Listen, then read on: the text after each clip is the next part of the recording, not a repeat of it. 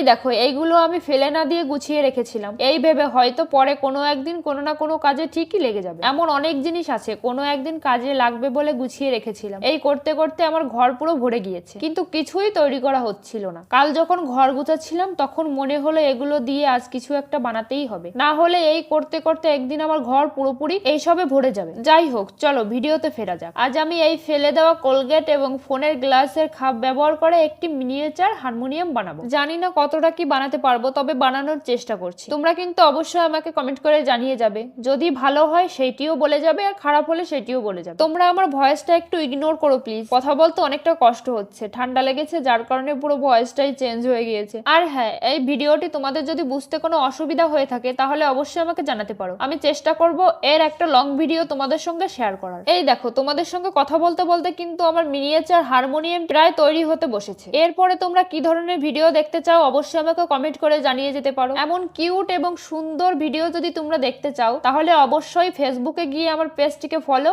YouTube থেকে দেখলে subscribe করে আমার সঙ্গে থাকতে পারো। আমি সবসময় ইউনিক কিছু ভিডিও দেওয়ার চেষ্টা করি। আজ তাহলে আসি, বাই।